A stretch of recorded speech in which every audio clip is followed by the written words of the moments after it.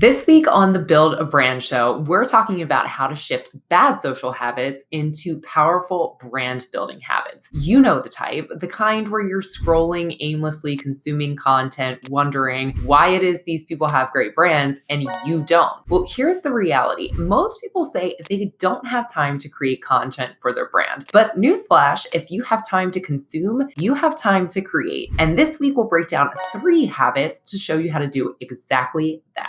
Tip number 1 is what I call stop the scroll. Now, this takes a bit of mindfulness, but with practice, you'll catch yourself turning wasted time consuming content into a powerful investment in building your brand. Here's how it goes. So when you find yourself sitting around, scrolling through social media, reading things, liking things, commenting, and then you do that thing we all do, which is maybe 10 minutes goes by and you're thinking, oh crap, I just spent 10 minutes wasting away on social media.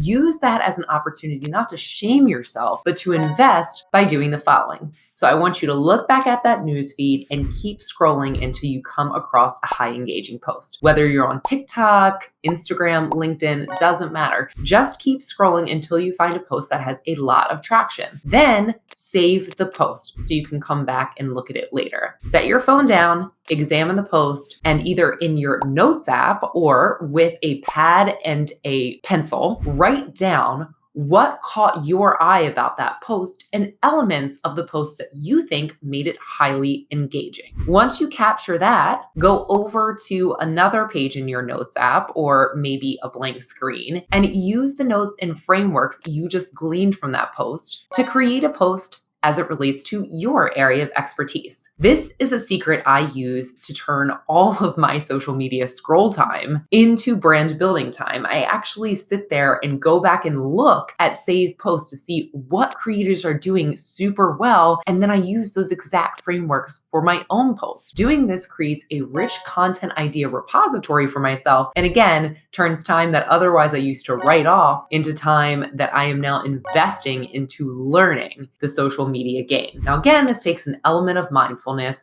to do. The key part is when you realize, oh my goodness, I've been at this for a while, it's time to do something else. Before you put the phone down, keep scrolling, find the next highest engaging post, save it, jot down a note, and then use it and learn from it. Tip 2 is news feed spring cleaning. Here's the deal. Most of us are so focused on playing social media offense, we're spending all of our time putting posts out into the world. We're not playing social media defense. We're not being mindful of the content we consume. Most of the time, we unknowingly are at the effect of the news feed. We think it's just there and we're destined to see whatever comes across it. But if you put a calendar reminder in for yourself about once a month, you should actually go into your news feed and do some routine maintenance. So what I do about once a month is I look at my LinkedIn news feed and I look at my Instagram news feed and I unfollow or mute noisy accounts. These are accounts that either aren't my target prospects, aspirational thought leaders, or peers. I want my newsfeed to be comprised of those 3 and only those 3. So I'm constantly consuming and learning about things that are going to further my brand. But then there's just noise, things that aren't really in my area of expertise or aren't of concern to my target prospects. So I mute or unfollow that. Like I said, I do this about once a month. In that way, you can tilt the newsfeed to be a curated download of things that you can learn from or use as content inspiration versus just a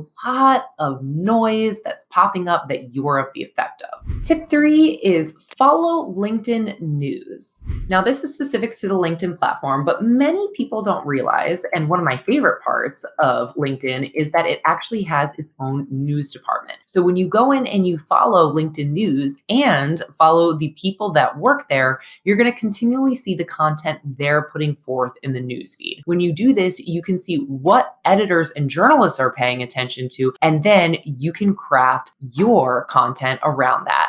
So again, make sure you're following LinkedIn news and editors like Andrew so that you can see what's important, what's trending in the business news world, and create content that's in alignment with that.